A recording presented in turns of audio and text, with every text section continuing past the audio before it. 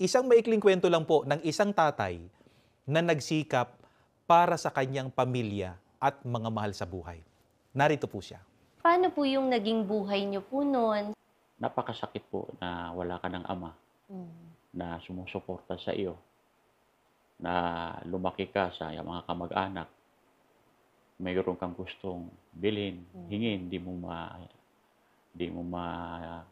di maibigay dahil sa walang kang ama. Nung nagsisimula po kayo sa pamilya niyo, ano po ang, kumbaga hanap buhay po ninyo no'n? Paano po kayo nagsimula? Sa simula, talaga nagsimula po ako ng maliit.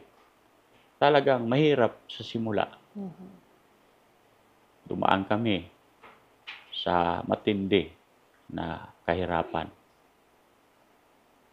Kaya ang laging itinuturo sa amin ng mga nakadestino, ng mga ministro, lagi kaming magpapanata, humingi ng tulong sa Diyos.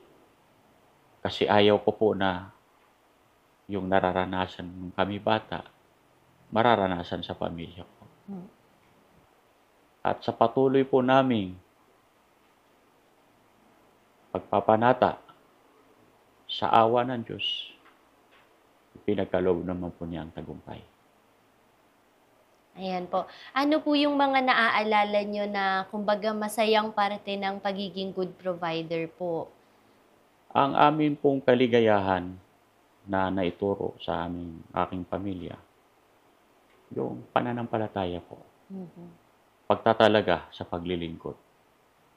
Doon po kami naging masaya. Paano niyo po nababalanse yung oras niyo po sa trabaho tsaka yung oras niyo po sa pamilya po ninyo? Trabaho po kasi, may oras naman po yun eh. Mm. Yun, halimbawa, ang pasok mo 8 a.m. Yes. hanggang 5 a.m. Mm. Di yung pamilya mo, pagdating mo sa bahay, pamilya. Mm. Katapos sasama mo pamilya mo, dadalo kayo ng gawain. O di, Mm. sama-sama na po kayo. Mm. Na may banding na, Mm. nakagawa pa po ng Kabanalan po. kabanalan. Mm. Bilang head of the family po ka, Wilson, ano po yung goal niyo para sa pamilya po ninyo? Pambiling ko po sa pamilya ko, lagi lang magtiwala sa Diyos.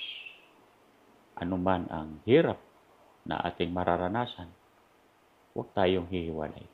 Manatili tayo sa kasiglahan, paglilingkod, at laging magtiwala sa Panginoong Diyos.